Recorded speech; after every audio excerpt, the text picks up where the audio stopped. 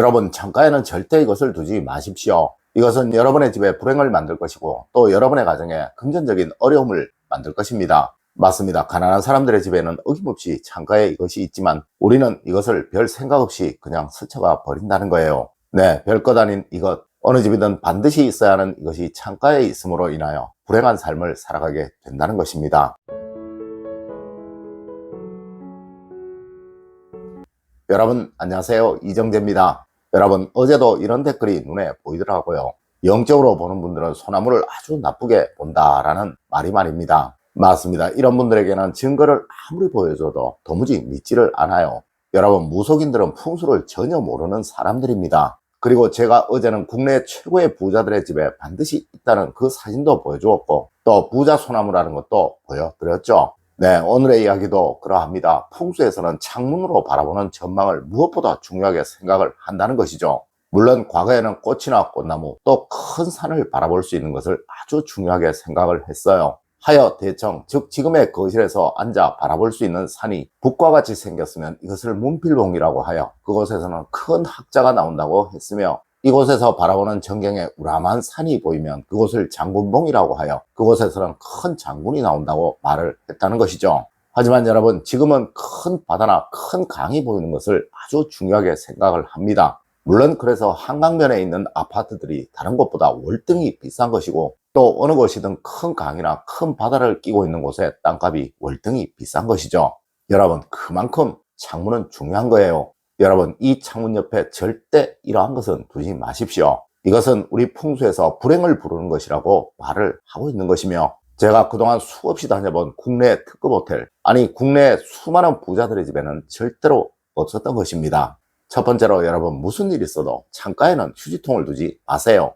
여러분, 창문은 현관과 같이 이 집으로 기운이 들어오는 곳이고 이 기운은 여러분을 번영하게도 만들 수 있으며 또 불행하게도 만들 수 있습니다. 하여 이곳에 절대 버려야 할 물건, 또 고장난 물건을 두어서는 안 되는 거예요. 물론 그 중에서 가장 해로운 것은 바로 휴지통을 두는 것이죠. 네, 그것이 뚜껑이 있는 것이든 뚜껑이 없는 것이든 절대 창가에는 두시면 안 된다는 것입니다. 맞습니다. 부자들의 집에서는 무조건 이것이 지켜지고 있으나 가난한 사람들의 집에서는 창가, 즉 베란다에 휴지통을 두는 경우도 참 많으며 또 버려야 할 물건들을 던져두는 경우 역시 참 많다는 것이죠. 여러분, 이는 여러분의 가정의 기운을 아주 나쁘게 변화시켜 버릴 거예요. 네, 절대 어떤 시기든 창가에는 휴지통을 두지 마십시오.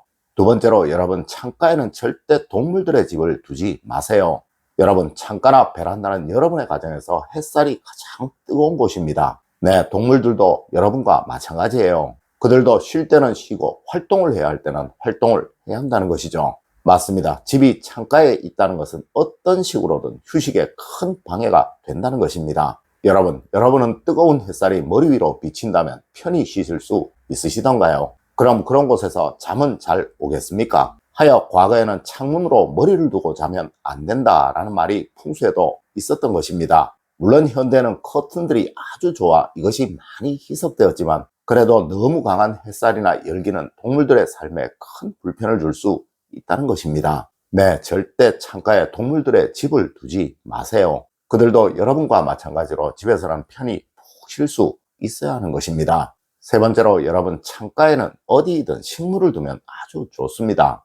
여러분, 창가에 반드시 있어야 하는 것이 바로 식물이며 또 꽃들입니다. 네, 수백 년 이상 부를 이어갔고 또 키워갔던 우리 고택들을 찾아가 보면 그곳이 어디이든 반드시 창문을 열면 꽃이나 꽃나무들이 잘 보이도록 되어 있다는 것이죠. 맞습니다. 이것은 그 전경을 보는 사람에게 편안함과 행복함을 만들어 준다는 거예요. 물론 과거와 달리 지금은 정원이 거의 없습니다. 네, 거의 대부분 창가가 정원의 역할을 하도록 현대 건축물들은 지어지고 있죠. 하여 여러분, 이곳 창가에 정원처럼 꽃을 두고 또 식물을 두어야 하는 거예요. 네, 비록 주방이라도 창가에 작은 식물들을 두면 해롭지 않다고 말하는 이유가 바로 이것 때문에 그러한 것입니다. 여러분, 집안에 있는 식물들은 가능한 창가에 두시도록 하십시오. 네, 그것이 여러분의 가정에 부를 생성하는 데 큰 도움이 될 것입니다.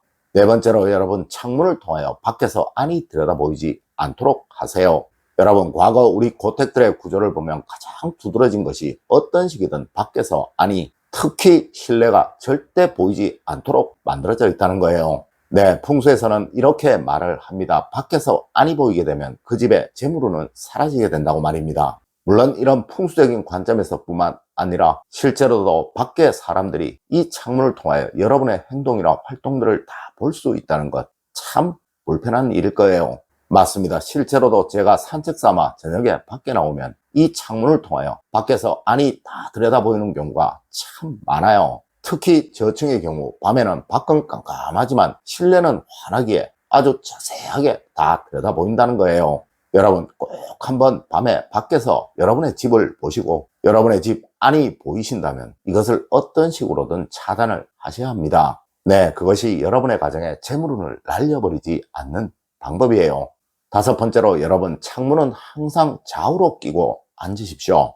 여러분 어느 회사이든 주석은 항상 창문을 등지고 앉도록 만들어지는 경우는 절대로 없습니다. 물론 풍수에서도 하물며 잠을 자는 머리 방향도 창문 쪽을 두지 말라고 말을 하고 있다는 것이죠. 네, 이는 실생활에서의 불편함도 있겠지만 여러분의 무의식에 생길 수 있는 불안감으로 인해 그러한 거예요. 맞습니다. 사람은 누구나 한눈에 모든 것이 다 보일 때 가장 안정감을 얻게 되니까요. 하여 거실의 소파 배치는 항상 창문을 좌측이든 우측이든 옆으로 볼 수 있도록 배치가 되어야 한다는 것입니다. 물론 어쩔 수 없이 창문을 등지고 앉을 수밖에 없는 구조로 되어 있다면 이곳에는 늘 커튼을 치셔야 하고 그리고 큰 식물들을 창가와 소파 등 뒤에 두셔서 스스로 안정감을 만들어야 합니다. 네, 큰 회사에서 주석의 위치를 창가를 등지지 않도록 만드는 것은 이것이 번영운을 사라지지 않도록 만든다는 심리학적인 그리고 또 풍수학적인 이유로 인하여 그러한 것입니다. 물론 여러분의 가정 역시 그러한 것이겠죠. 여섯 번째로 여러분 창문에는 절대 뭐든 붙여두지 마세요. 여러분 이 말은 오늘의 이야기에서 가장 중요한 포인트입니다. 네, 절대 창문에는 뭐든 붙여두지 마십시오. 물론 이것을 붙여 전혀 알 수 없는 것, 즉 썬팅이나 전면 보호 필름 같은 것은 전혀 상관이 없겠지만 이 창문에 알 수 없는 종이를 붙여둔다든가 하는 일은 절대로 없도록 하시라는 것입니다. 네, 이것은 여러분의 가정을 아주 어렵게 만들 것입니다. 여러분 이 창문으로 들어오는 기운이 여러분의 가정에 좋은 기운이 되도록 하기 위해서는 이곳에는 그 어떤 것도 없는 것이 가장 좋습니다. 일곱 번째로 여러분 창가에 들어오면 여러분의 가정에 불운한 기운이 쌓이도록 할 거예요. 여러분 창가는 늘 자주 청소하세요. 네, 부자들의 집 창가는 정말 깨끗합니다. 하지만 가난한 사람들의 집 창가에는 늘 뭔가가 있고 또 이곳을 치우면 묵은 때 알 수 없는 얼룩, 더러움이 있다는 거예요. 여러분 창가가 더러운 집이 금전적인 풍요를 누리는 경우는 절대로 없습니다. 네, 창틀의 더러움도 꼭 제거를 하세요. 여러분 그래야 여러분은 좋은 운을 누리게 되십니다. 여러분 오늘은 창가에 두면 안 되는 것들에 관하여 이야기를 해 드렸습니다. 오늘 제가 알려드린 이야기 여러분들 꼭 명심하시길 부탁드리며 오늘의 이야기를 마치도록 하겠습니다. 늘 올바른 학문과 올바른 지식을 여러분들께 전하도록 노력하겠습니다. 여러분 긴 시간 감사드립니다. 감사합니다.